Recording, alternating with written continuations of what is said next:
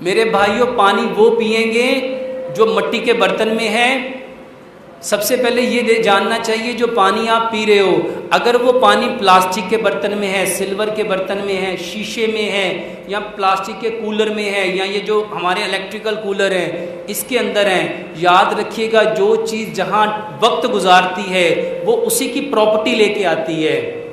अगर आप मिट्टी के बर्तन का पानी पियोगे तो वो मिट्टी की प्रॉपर्टी लेके आएगी, अगर प्लास्टिक का पानी पियोगे तो वो प्लास्टिक की प्रॉपर्टी लेके आएगी। मेरे भाइयों, प्लास्टिक के अंदर पड़ा हुआ पानी, ये कूलर के अंदर पड़ा हुआ पानी, इलेक्ट्रिकल कूलर के अंदर पड़ा हुआ पानी, ये जो मेटल के अंदर पड़ा हुआ पानी, ये पानी नहीं पीना चाहिए। जो मिट्टी के अंदर में पड़ा हुआ है पानी वो पी सकते हैं। गुर्दे की पथरी है, गुर्दे की पथरी के लिए बेहतरीन इलाज, मेरे भाइयों, एक गिलास पानी लो, उसमें पूरा एक नींबू मिलाओ, उसको अच्छी तरह बॉयल कर लो ताकि उसकी खटास ख़त्म हो जाए। 1 चम्मच जैतून का तेल और 1 चम्मच शहद मिलाओ, चाय की तरह उसको सुबह दोपहर दो, 1 हफ्ता उसको खिलाओ। इंशाल्लाह पिलाने से पथरी टूटती भी है।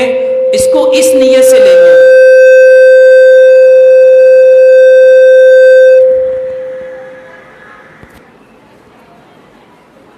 ये जैतून का तेल और शहद इस नीयत से लेंगे कि अल्लाह सुब्हानो ताला ने कुरान में जैतून की कसम खाई है, और शहद के बारे में बल्कि हदीस भी है जैतून के बारे में, जैतून के तेल को पियो भी और जैतून खाओ भी, और जैतून के तेल की मालिश भी करो क्योंकि ये मुक़द्दस दरख्त का तेल है। और शहद के बारे में अल्लाह सुब्हानो ताला ने कुरान में फरमाया इसमें शिफा है।